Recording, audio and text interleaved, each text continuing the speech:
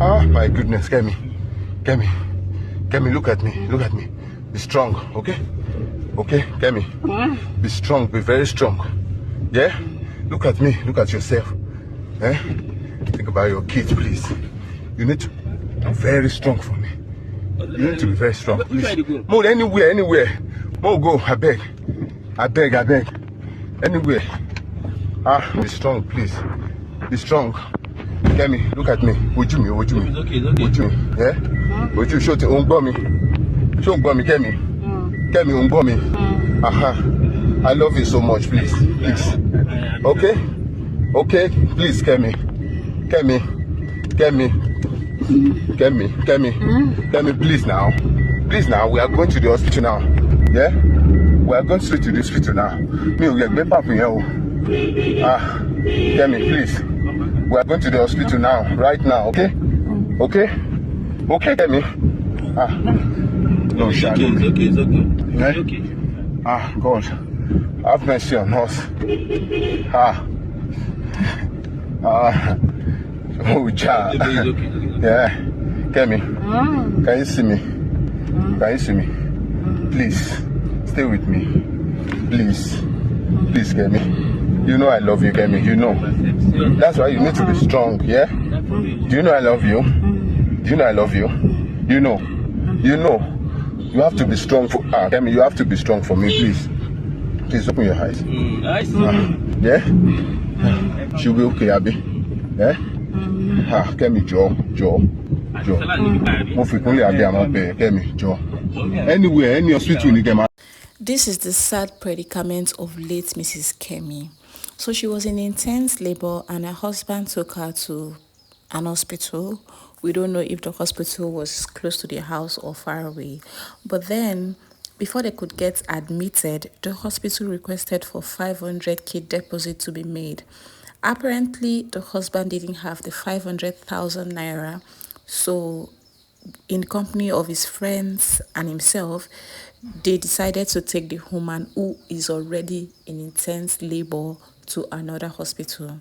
We do not know exactly, but maybe before they got to the hospital of their choice, she passed on, and that was how this man lost his wife.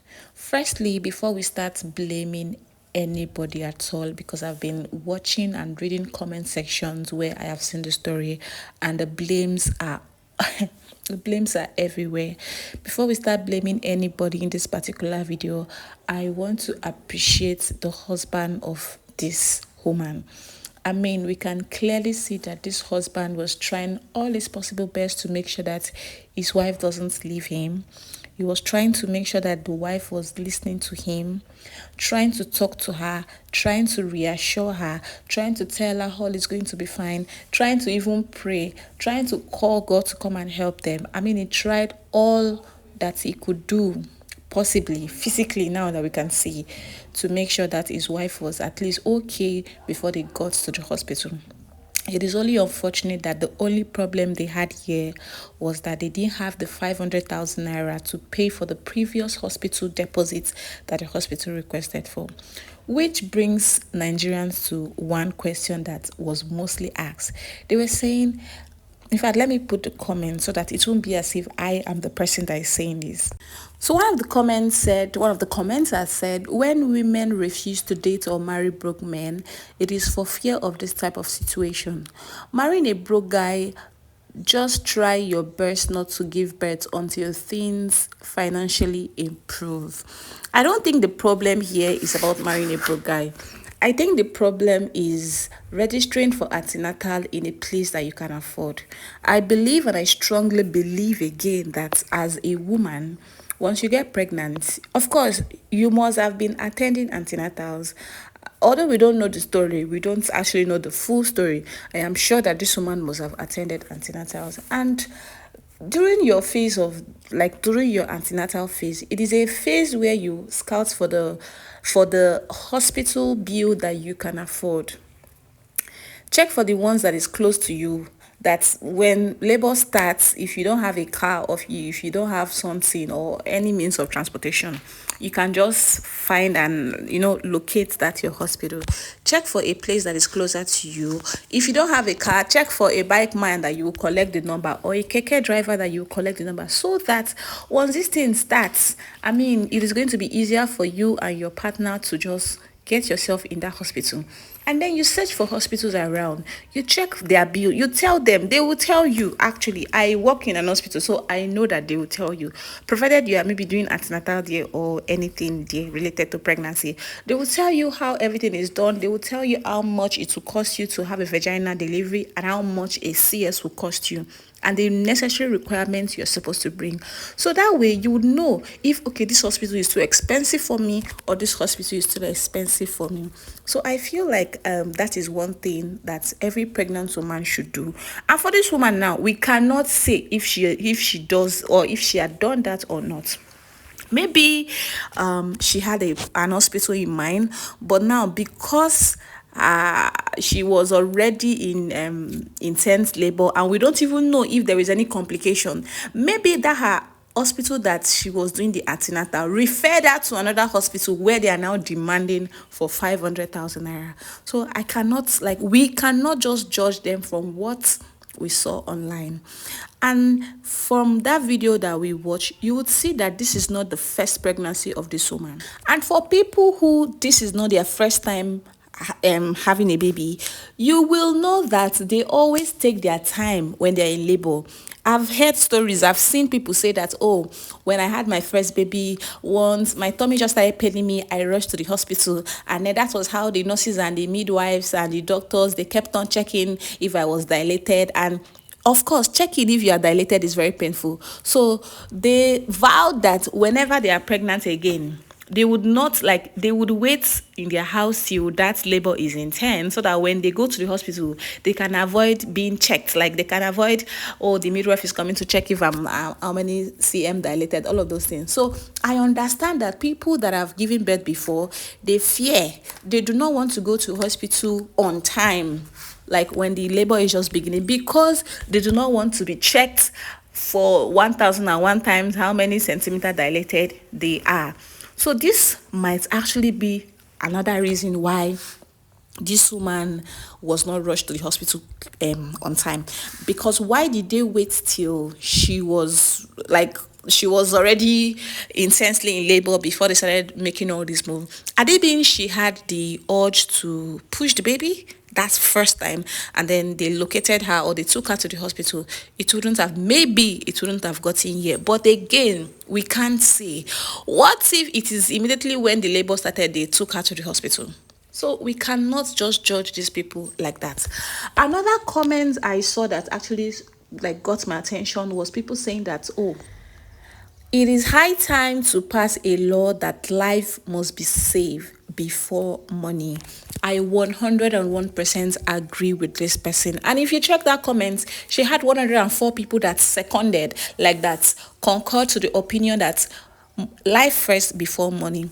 But let's not forget that one of the most of the best hospitals that we have in Nigeria are private owned. If you watch very well, the rich people do not even go to these government hospitals, because they feel like when you go to government hospitals, you are going to be neglected. It takes a lot of time before you see the doctor. The nurses are nonchalant. This one, everything is not happening as it is supposed to be. But when you go to a private hospital, especially good private hospitals, you are well respected. Your rights as a patient is respected. Everything is done accordingly. Attention is given to you 101%. Although I strongly believe the fact that life first before money, but then let's think that if you have a mother that is working in a private hospital that is actually feeding somebody, or that is relying on that money to solve some of her problems, and then the director or the management of the hospital, they keep on rendering services and saying life first without money. Because trust me, okay, you might not know, but do you know that sometimes when you treat a patient for free, like when you accept them first and you treat them, like when you accept their emergencies and you treat them, do you know that it takes them longer time for them to pay up their bills. You see a patient staying in the hospital for as long as 2-3 months. Why? They are awaiting bill settlement. They cannot afford to settle their bill. I'm not saying that is bad. I'm saying that it is going to be very hard for most of these our hospitals in Nigeria to do that life first before money, because they've had many bad experiences. They have been in opportunities where they've helped somebody, treated the person gets better, but it is time to pay the bill. Now you pay your bill now. It is not a problem. But if it is an emergency situation, you see that they end up calling heaven and earth, calling their people, and then they'll send the money. I'm just trying to say that I think we should prioritize our health. We should have health insurance. We should prioritize more. We should channel our energy more on health insurance. We should insure our health, just so that when we are placed or when we face a situation as bad as this, we would have how and the means to be able to bring ourselves out of the situation.